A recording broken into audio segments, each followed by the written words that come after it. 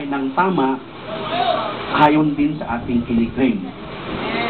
Amen po ba kayo? Kasi wala namang kaibahan. Kinoconfess mo si Kristo, ako rin kinoconfess ko. Ano ngayon ang kaibahan? Okay, mayroon na akong mga bagay na babasahin sa inyo na magpapatunay na tayo nga ay namumuhay ng may kadiwanagan sa harapan ng Diyos. Sabi po doon sa verse 12, ito po yung turo sa atin. At pag tinuro, alam mo ba ninyo, sabi sa petition, we report, you decide. Ang salita ng Diyos ay tama. Ikaw na ang magbibigay ng buhay nung kung ano ang salita ng Diyos. Ganon din, ang nire-report sa television, sinasabi nila kung ano yung tama. You decide, ikaw ang mag-decide. Sa atin po, tinuturo ng Diyos, you decide. At sabi ng Biblia, saganang akin. Sabi ho doon sa Joshua, saganang akin, ang gagawin ko ay ang sumunod sa Panginoon at mananatili sa tahanan ng Diyos. So, pagamat pinapipili ka, mayroon kang choice. Pero gusto mo ba ng tama? Saganang atin, dapat tayong sumunod sa salita ng Diyos. Para 100% sigurado po yung ating kahantungan. Sapagkat yung sinasabi po ng Diyos is 100% perfect.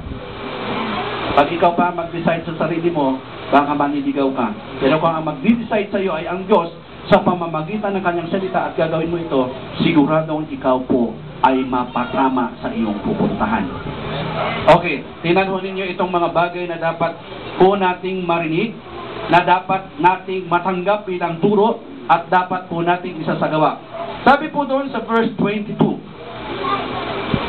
tinuruan kayong iwan ang nakaraang paraan ng pamumuhay, na inyong hubarin ang dating pagkataong pinasasama ng mga magdarayang pita nito, upang baguhin ang takbo ng inyong pag-iisip, at magbihis ng bagong pagkataong nilalang ayon sa katwiran at kabanalan ng Diyos. Apat po ang tinuturo na kailangan nating mag-decide na sundin. Sabi nga po natin, Amen. Apat na bagay ang pinagagawa sa atin sa versikulong ito. At saganang akin, dapat po tayong mag-decide. At ang i-decide po natin ay ang sundin kung ano ang sinasabi ng Diyos. Amen po? Ano po yung una? Sabi niyo, ano ang unang turo? Iwan ang nakaraang paraan ng pamumuhay. Iwan ho natin ang lahat ng paraan ng dati nating pamumuhay. Nasabi ho rito, hubarin ang dating pagkataong pinasasama ng magdarayang pita nito. Pangalawa ho yun. Una, kailangan iwan na ho natin ang nakaraang paraan ng pamumuhay. Kaya nga, madalas ko pong sinasabi, ulit ko, sa ngayon, ang sanlibutan ay punong-puno ng bagong uso sa sanlibutan. Tayo po mga Kristiyano ay hindi tayo dapat sumunod sa uso. Amen po kayo? Ano po ba yung mga uso ngayon? Ito simple, madalas kong sinasabi, yung uso ngayon, bago ang gupit ng buhok, bago ang kulay ng buhok, bago ang gupit ng kilay, bago ang kulay ng...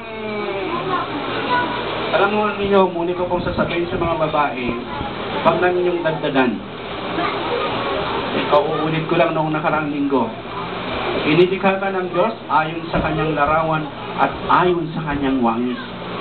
Yung mga mukha ho na yan, wala nang katapat yan. Amen po ba?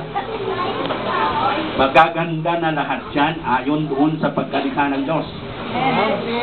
Okay, sa ating mga brothers, sabihin nga natin, Amen. Amen.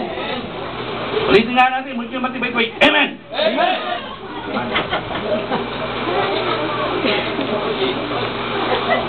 Genesis chapter 1 verse 26. Nilikha ka ayon sa kanyang larawan at wangis, babae at lalaki. Kaya diba, madalas ko sinasabi, kailangan mo feeling guwapo. Feeling mo pa lang yun, guwapo ka. Ay, pag pumorma ka pa, ayos ka pa. Di ba? Hindi totoo po yun. Iwan natin lahat ng uso sa sanlibutan. Iwan nyo lahat yan. Walang panama sa mga anak ng Diyos yung mga uso na yan sa sanlibutan. Lahat ng trend, lahat ng uso is ungodliness. Hindi maka-Diyos. Ay sa mga babae, dali, tayo ka dali. Ayaw na tumayo eh. Yung mga, ayan na maporma. Ha? Kapag nagkasabay kami, hindi siya mahihiya na kasabay ako. Hindi yan isang pirong bagay. Siyempre, pag namalengke ka, nakashort lang ako, nakasando, okay lang yun kasi mamamalengke ka naman eh. Pero pag sa Diyos, dapat nakita nila, pupunta tong mga taong ito, bakit nakaporma? Kasi mga born again yan. Pupasok yan dyan sa